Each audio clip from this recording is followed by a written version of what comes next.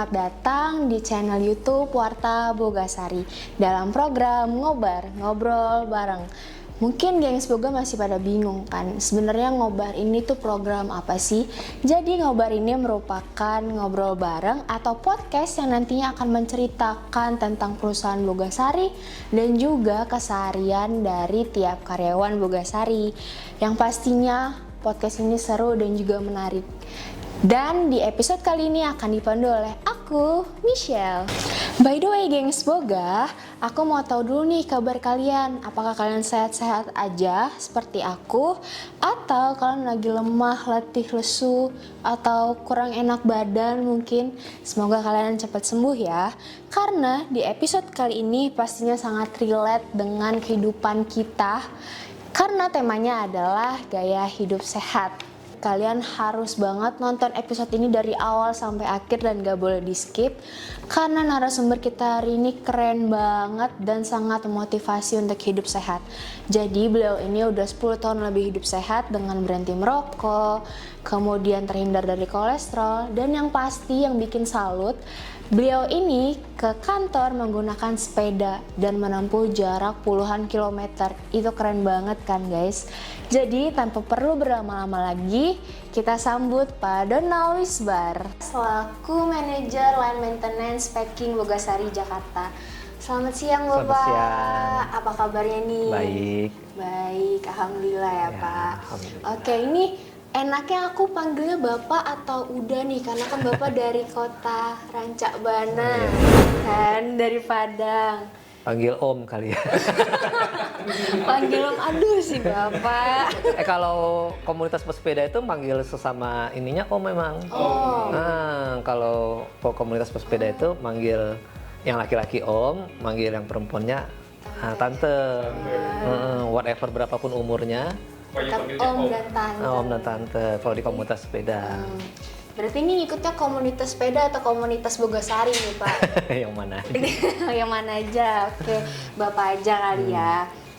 Jadi saya dengar-dengar nih Pak, kebetulan Bapak dari Padang. Ya. Nah, makanan favorit ini berarti sate Padang. Ya, sate Padang, masakan Padang lah. Sama berarti kita Pak. Iya. Sama-sama suka sate Padang kan. Nah Pak, saya mau tanya nih seputar makanan berlemak itu. Emang Bapak nggak takut kolesterol ya? Ya, kenapa harus takut kan? Memang kolesterol itu memang sudah ada ya kan. Cuman bagaimana kita mengkompensasi dari makanan yang kita makan itu. Kolesterol itu kan juga ada yang baiknya, HDL ya kan. Itu kan kolesterol baik. Yang kita hindari kan kolesterol jahatnya, LDL sama triglycerid. Nanti caranya itu meningkatkan HDL bagaimana? Kolesterol baik itu meningkatkannya dengan cara salah satunya olahraga gitu. Jadi kita melawan kolesterol buruknya LDL itu dengan meningkatkan HDL dengan cara apa? Berolahraga. Jadi kita membakar dari kolesterol yang jahat itu. Terus saya dengar-dengar juga nih Pak, Bapak dulu sempat terkena penyakit fatty liver. Mungkin bisa diceritain Pak singkatnya. Sebenarnya bukan penyakit sih. Jadi saya kan dulu itu memang tiap tahun MCU, medical check up. Nah, medical check up-nya pakai kita juga di USG gitu, dicek organ dalam tubuh kita. Di situ terlihat bahwa hati saya itu diselimuti lemak. Nah, sehingga kalau dibiarkan lama-lama itu akan menghambat kerja hati dan organ-organ tubuh dalam lainnya. Nah, itu waktu itu saya berat saya itu overweight, itu berat saya 78 kilo. Nah, dengan keadaan berat 78 kilo, jarang olahraga, terjadilah itu yang namanya fatty liver. Nah, terus saya nanya ke dokter, gimana cara menghilangkan fatty liver? Kalau kata dokter, menghilangkannya dengan olahraga. Olahraganya ada 3, olahraga kardio. 1 renang, 2 sepeda, 3 lari. Tinggal dipilih salah satu. Nah, karena renang susah nyari kolam renangnya, lari itu saya belum punya pengalaman lari. Sepeda waktu itu tuh, ini tahun 2012. Waktu itu diajakin sepeda sama temen kerja Pak Yoga. Oh, Nah, dulu kita main sepeda tuh bareng dengan Pak Yoga. Kita bikin dulu sempat ikut bikin komunitas sepeda Bogasari dulu, sepedaan kemana-mana gitu. Itu awal asal muasal sepeda. Nah, dengan bersepeda itu saya rutin bersepeda. Berat saya turun itu dari 78 sampai 65. drastis ya Pak. Nah, dengan bersepeda aja waktu itu belum ada pengaturan makan, tapi memang sepedanya kuat, lebih exercise-nya kenceng gitu ya. Itu bisa nurunin 13 kilo. Dan tahun depannya dicek di USG lagi, fatty livernya hilang, alhamdulillah. Gitu. Gitu. Jadi memang salah satu yang dihindari itu kalau kita overweight, kita MCU overweight, hati-hati nanti overweight itu bisa menimbulkan lemak, dan lemak itu menyelimuti bisa hati, bisa empedu, bisa ke jantung. Gitu. Nah Pak, kan tadi dibahas nih, Bapak ini suka bersepeda kan. Nah saya dengar-dengar Bapak ke kantor ini juga naik sepeda. Ya. Oh, Rutin sejak 2013, tapi nggak setiap hari. oh nggak setiap hari, tapi ada jadwal. Misalkan hari ini harus naik sepeda. Terus itu kalau boleh tahu Pak, nempuh jarak berapa kilometer? Kalau sekali jalan sekitar 25 kilo. Wow, 25 kilometer. 25 kilo. Sehat Pak, saya aja nggak kuat Pak kayaknya. Belum biasa. Soalnya saya nggak bisa naik sepeda sih. Terus Pak, jadi itu emang udah biasa ya Pak, udah hobi naik Ya, karena sepeda. tadi itu, karena kita butuh, tadi kan bukan sebenarnya saya nggak hobi sepeda ya. Cuman karena ada MCU ditemukan fatty liver, kemudian cara menghilangkannya dengan cara bersepeda, saya ikut bersepeda, mulai mencintai sepeda. Nah, dari situ baru menjadi habit kan, jadi hobi. Jadi bukan dari awal memang, karena memang kebutuhan dari kesehatan. Terus pernah touring nggak Pak? Oh, sering kalau Oh, touring, sering. ya. Kemana aja tuh Pak? Yang pengalaman paling seru, paling paling mengesankan? Ya, saya pernah touring itu dari Sabang di Pulau W sampai ke Padang, lewat lintas barat Sumatera, itu 1.500 kilo, Itu kira-kira berapa hari berarti Pak? 2 minggu. Oh, 2 minggu. 2 minggu. Wah, kuat banget berarti ya Pak. Ya, pernah juga ke Merauke, ke sepedaan di Papua lah pokoknya.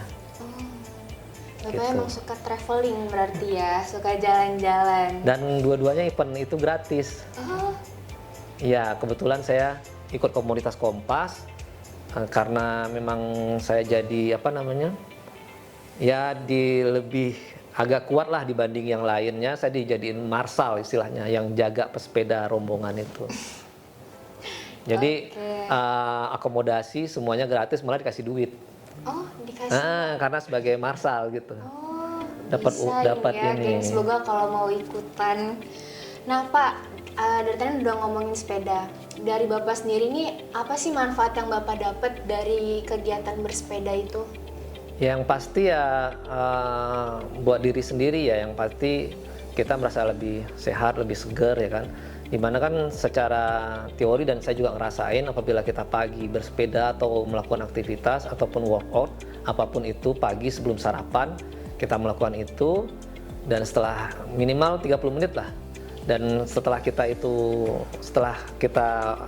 exercise atau workout itu kita mandi, itu hormon endorfin itu kan meningkat. Itu adalah hormon kebahagiaan. Jadi istilahnya kalau kita setelah olahraga terus mandi, itu rasa badan tuh kayaknya enak banget. Dan rasa itulah yang sebenarnya membuat candu. Kalau yang pertama kali olahraga, biasanya kalau begitu olahraga habis mandi sakit badannya, karena otot-ototnya itu robek sebenarnya. Otot-ototnya itu kan melakukan suatu exercise, itu terjadi probek-probekan. Nah, setelah itu kita harus butuh istirahat, tapi besoknya harus kita ulangi lagi.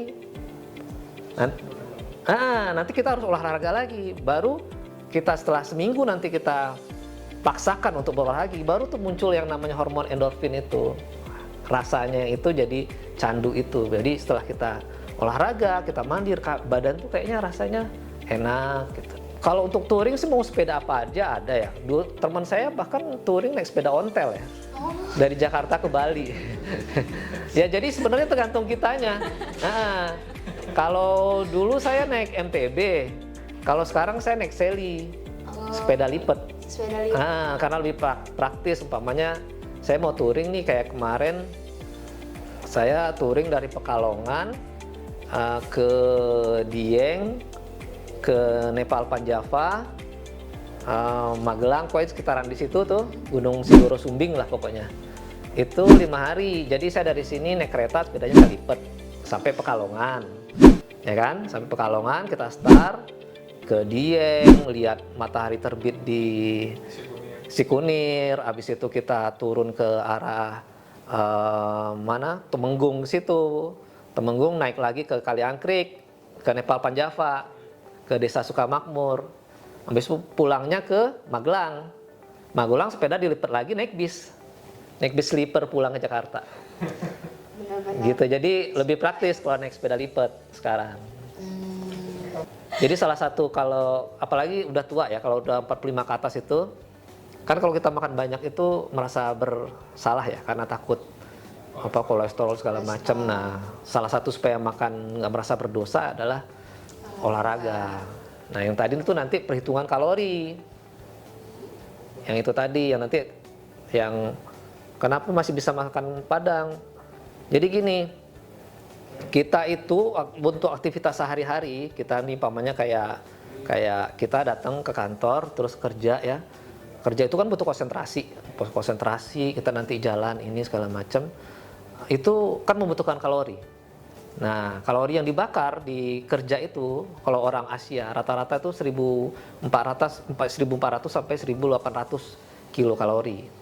Nah, kita keluar segitu gitu kan. Nah, makan kita itu tuh semana kalorinya. Nah, kadang-kadang kita makan pagi nasi uduk gitu kan, pakai telur. Nasi uduk pakai telur itu minimal tuh 1.300. Nanti makan siangnya apa soto ayam, umpamanya soto ayam sekitar 1.500, ya kan? Nanti malam makan apalah, makan nasi lagi, umpamanya jadi 1.500 lagi. Jadi total udah 4.500 atau 4.000-an kalori. Sementara kita yang keluar cuman 1.500. Nah, itulah yang membuat kalori ataupun yang kita makan tadi itu menumpuk di badan, menumpuk di perut, yang sehingga menjadi lemak di perut itu adalah itu gula yang tidak gula itu kan bisa dari karbohidrat ya, bisa dari lemak, bisa dari apa yang menumpuk di perut, yang tidak terpakai menumpuk di perut gitu. Nah, kalau lama-lama kalau gulanya tinggi, nanti tuh tandanya biasanya kalau menurut dokter ya tengkuk sama ketek hitam.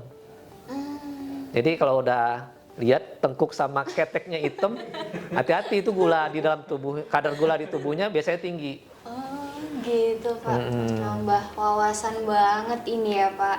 Ya. Terus putar gaya hidup sehat nih Pak, pastinya awal-awal ada nih tantangan kan Pak. Ya. Mungkin boleh diceritain tantangan dari awal sampai saat ini, mungkin apa sih yang masih menjadi tantangan terbesar Bapak dalam menciptakan gaya hidup yang sehat? Males. Iya, rasa males itu pasti ada di setiap orang. Rasa males itu, kita tuh pasti susah untuk memulai. Even itu kayak seorang kayak saya gitu yang udah biasa, memulai itu pasti perlu effort yang lebih tinggi daripada apa namanya. Tapi begitu sudah ngejalanin, enak ya gitu. Ini kayak umpamanya lari pagi. Mau lari gitu, itu hamatannya tinggi ya, apalagi kalau weekend kan. Nanti aja deh, kita kan masih sama anak nih, kita main dulu sama anak gitu kan, atau ngopi dulu kali ya pagi, bikin kopi habis sholat subuh, nanti baru lari gitu. Hambatan-hambatannya itu dari diri kita sendiri sih, rasa yang. Tapi begitu kita lari, udah ngerjain tuh, udah lari gitu kan, enak ya lari gitu. Jadi memang semua sesuatu yang itu memang harus dipaksakan dulu. Dan hambatan malas itu ya semua orang pasti ngalamin, apalagi kalau udah agak-agak mendung gitu kan, mau sepedaan mendung kayaknya nggak usah deh gitu. Alasan ya Pak, jadi alasan bener. Jadi alasan. Nah kalau kita bisa ngelawan itu kita apa namanya akan konsisten gitu loh. Nah masalah dari olahraga itu adalah menjaga hidup sehat itu adalah konsisten dan disiplin diri sendiri gitu. Kira-kira Bapak ini udah pernah melakukan kampanye hidup sehat nggak sebelumnya? Ya kalau kampanye hidup sehat saya sih hanya bisa mencontohkan ke orang-orang ya bahwa saya melakukan ini, saya olahraga seperti ini dan alhamdulillah jarang sakit gitu kan. Ya hanya itu aja kan, kita kadang-kadang istilahnya menyampaikan itu nggak hanya sekedar omongan ya. Jadi kita hanya bisa mencontohkan. Kalau saya hanya mencontohkan saya seperti ini gitu. Jadi kalau mau hidup yang lebih baik, hidup yang lebih sehat, ayo gitu, lihat ya, lakukan yang seperti ini. Oke. Nah Pak, selain kegiatan bersepeda nih, ada nggak sih Pak olahraga lain yang Bapak lakukan? Kayak misalkan lari atau mungkin nge-gym atau gimana gitu Pak? Kalau sekarang saya lari ya, lari. Sebenarnya kalau nge-gym kalau umpamanya sempet sih bagus juga, cuman waktunya agak susah memang ya. Jadi yang kita nyari olahraga yang waktunya memang nggak mengikat gitu. Kalau saya, prinsip saya. Tapi kalau nge-gym itu juga bagus sebenarnya. Kalau lari ini simple ya. Umpamanya modal sepatu kayak nyampe sini jam 7 saya lari setengah jam gitu kan. Dapat 5 kilo itu kan tuh udah 5 kilo itu sekitar 400 sampai 500 kalori. Jadi lumayan ya kan. Umpamanya juga teman-teman dapat dinas luar umpamanya ke mana, ke Surabaya atau kemana, tinggal bawa sepatu. Terus nyampe di Surabaya pagi-pagi subuh-subuh udah lari gitu kan. Lari dapat 5 kilo lumayan gitu kan. Nanti tuh habis lari 5 kilo makan bebek di Surabaya juga nggak merasa berasa gitu. Tapi nanti lari lagi berarti Pak? Iya harus dibakar. Indomie pakai telur itu 800 kalori. 800 kalori itu saya lari mesti antara 9 sampai 10 kilo. Jadi jangan nyepelein, kadang-kadang malam gitu saya Indomie dulu deh. Indomie itu 800 kilo loh, 800 kilo kalori loh. Jadi membakarnya butuh 9 sampai 10 kilo kalau saya ya. Gitu. Saya pernah ngukur martabak satu loyang itu 6.000 kalori. 6.000 kalori kalau dihabisin sendiri tuh 6.000 kalori. Bayangin ya. Saya pernah ngukur kalau saya sepedaan dapat berapa kilo ya kalau 6.000 kalori. Setelah saya sepedaan 250 kilo baru dapat tuh 6.000 kalori. Wow. Jadi bayangin kalau Anda makan martabak satu loyang 6.000 kalori, ngabisinnya mesti sepedaan 250 kilo. Dari sini ke Cirebon. Saya dari sini sepedaan ke Banten Lama, Serang. Habis itu balik lagi ke sini. Dari rumah ya, Condet, lewat Tangerang, lewat Mauk, lewat Banten Lama. Balik sini baru dapat 6.000 kalori. Itu membuktikannya ya. Ini semana nih kalau 6.000 kalori. Gitu. Banyak banget berarti ya Pak. Ya, jadi kalau umpamanya teman-teman itu tadi, ya kalori itu gampang hitungnya, kayak nasi padang itu 1.400 kalori sampai 1.700 ya tergantung lauknya ya. Nah, tapi sekitar segituan, taruhlah 1.500 ya kan. Jadi kalau umpamanya saya pengen nasi padang nih, saya warm up dulu pagi. Pagi itu minimal 1.000 kalori. 1.000 kalori. Nah, kayak dari rumah saya goes kan. Goes dari sini kan 25 kilo sekitar 500 kalori. Habis itu nyampe sini saya lari lagi 5 kilo, itu sekitar 500 kalori. Berarti 1.000 kalori kan. Dengan kegiatan yang lain di sini kan 1.400 kalori bisa lebih kan. Jadi saya biasanya siangnya saya pesan nasi padang tuh. Pesan nasi padang karena seneng pakai kikil gitu kan, pakai kikil. Nah, gitu. Caranya saya makan enak seperti itu. Atau kalau saya pengen makan nasi mandi kambing gitu kan. Kan itu sekitar kalorinya sekitar 2.000 kalori. Saya goes tuh. Goes sekitar 200 kilo, sekitar 100 kilo. 100 kilo itu sekitar 2.500 kalori. Goes dulu, Habis itu siang tuh makan nasi mandi kambing gitu yang seloyang itu nikmat benar. Gitu. Jadi memang begitu. Jadi kita kalau apalagi di umur saya 48 tahun ya. Jadi apa namanya, mesti pintar-pintar buat ngitung kalori itu buat supaya kita tetap badan metabolisme kita itu tetap bagus gitu. Karena semakin tua itu metabolisme kita kan makin menurun. Penyerapan tubuh terhadap makanan yang kita makan itu semakin lama. Jadi penumpukan lemaknya itu semakin cepat. Jadi juga kita harus bakar.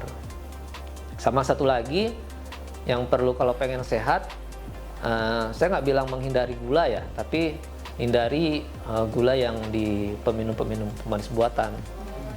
Yang kayak apa namanya ya, brand-brand itulah.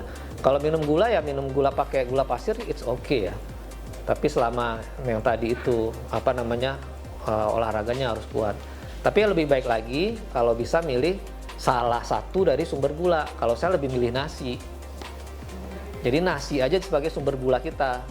Nasi atau makanan pokok lainnya, tidak makan gula yang lain. Tapi pernah nggak sih Pak kayak ngerasa jenuh atau capek gitu karena menjalankan hidup sehat? Karena kan tadi kan Bapak bilang kalau misalkan mau makan sesuatu harus goes juga berarti kan. Pernah nggak sih kayak capek terus jadinya udahlah hari ini nggak usah hidup sehat, besok-besok aja gitu? Nggak apa-apa, itu ada namanya cheating day. Oh. Cheating day yang dimana hari itu sehari itu lu ya bebas dalam arti kata tetap terkontrol ya. Tapi lu nggak apa-apa makan aja. Tapi besoknya lu workout ya. Gitu. Nggak apa-apa, itu memang manusiawi sekali yang namanya kita istilahnya bosen, futur gitu tuh manusiawi sekali. Tapi kita ya istilahnya kalau dia ada cheating day gitu kan. Cheating day itu makan apa aja. Nah, kalau lihat food vlogger itu kayak yang mukbang kayak si Tan Boy Kun. Nah, rata-rata kalau food vlogger yang benar itu yang badan-badannya bagus itu, mereka itu kan intermittent fasting ya. Intermittent fasting. Jadi kalau teman-teman mau hidup sehat tapi tetap makannya banyak itu dan umurnya masih umur 30-an, intermittent fasting aja. Jadi sarapan yang baik itu kadang adalah yang tidak sarapan ya. Iya. Jadi kalau bisa emang nggak sarapan pagi. Jadi kan kalau makan itu diusahakan paling malam itu paling terakhir itu jam 7 malam kalau saya. Jam 7 malam. Jam 7 malam. Lewat jam 7 malam saya nggak makan lagi, apapun itu. Jadi kalau pamannya ini gimana Pak? Minum air putih aja. Oh, kalau malam-malam lapar Pak gimana? Kalau saya tipsnya bikin teh anget. Bisa ini. Bikin teh anget, itu perut anget kan, habis itu tidur.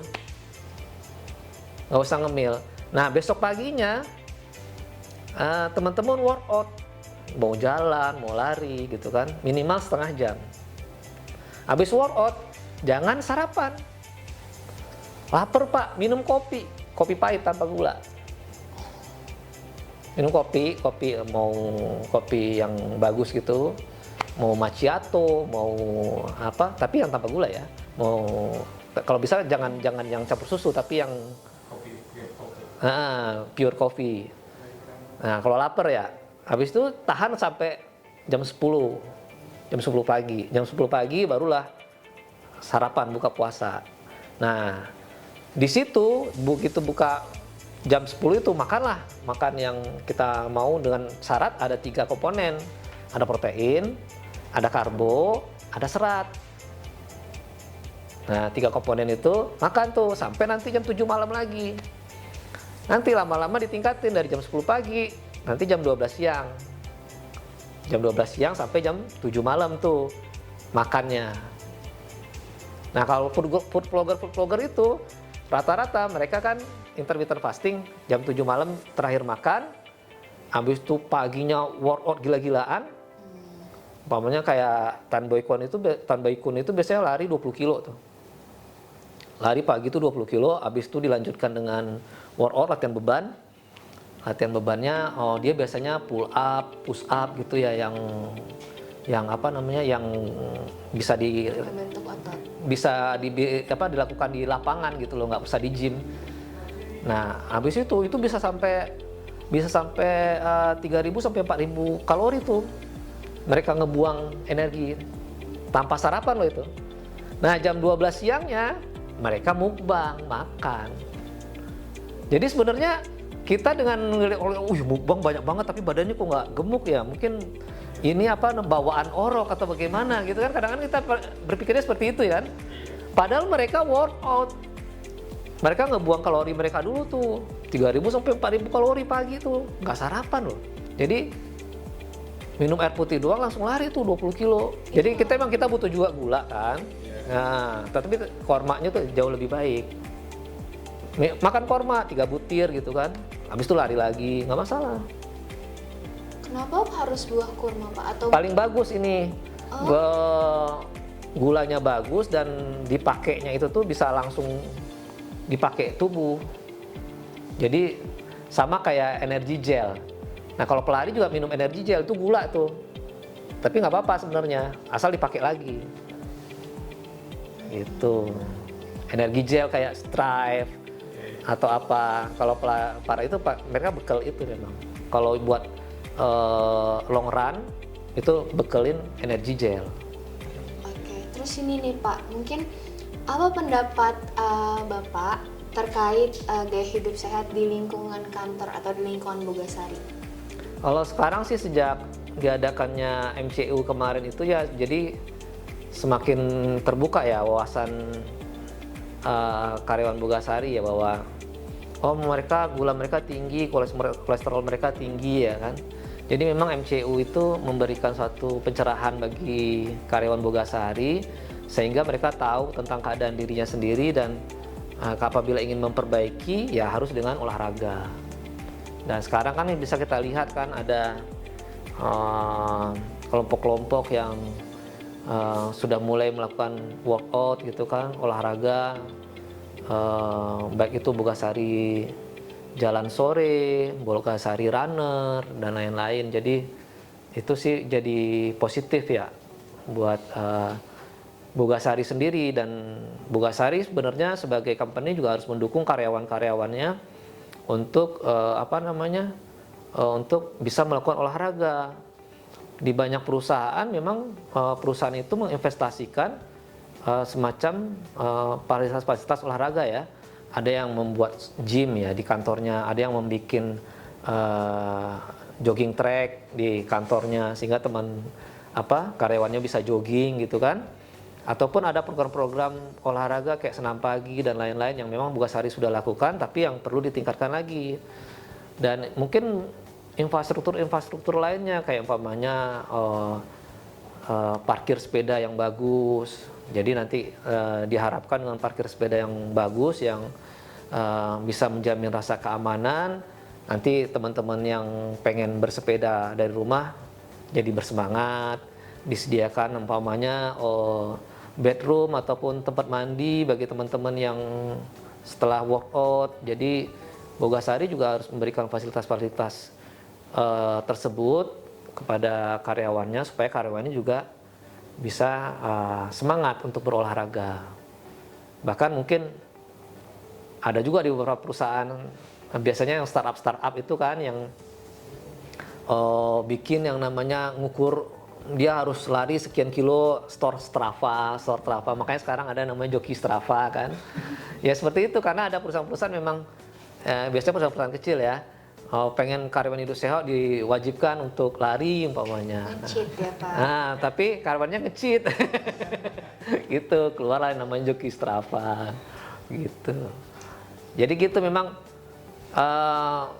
Bogasari juga harus menggelorakan memberikan supaya hidup sehat dan memberikan infrastruktur juga dengan karyawannya.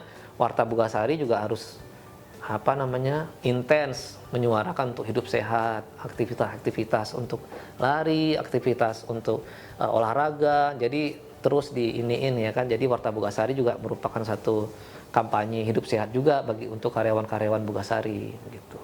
Terus ini nih Pak, mungkin Bapak bisa kasih pesan nih buat generasi muda mungkin ya kayak saya ataupun yang udah berumur untuk ajakan mengenai gaya hidup sehat.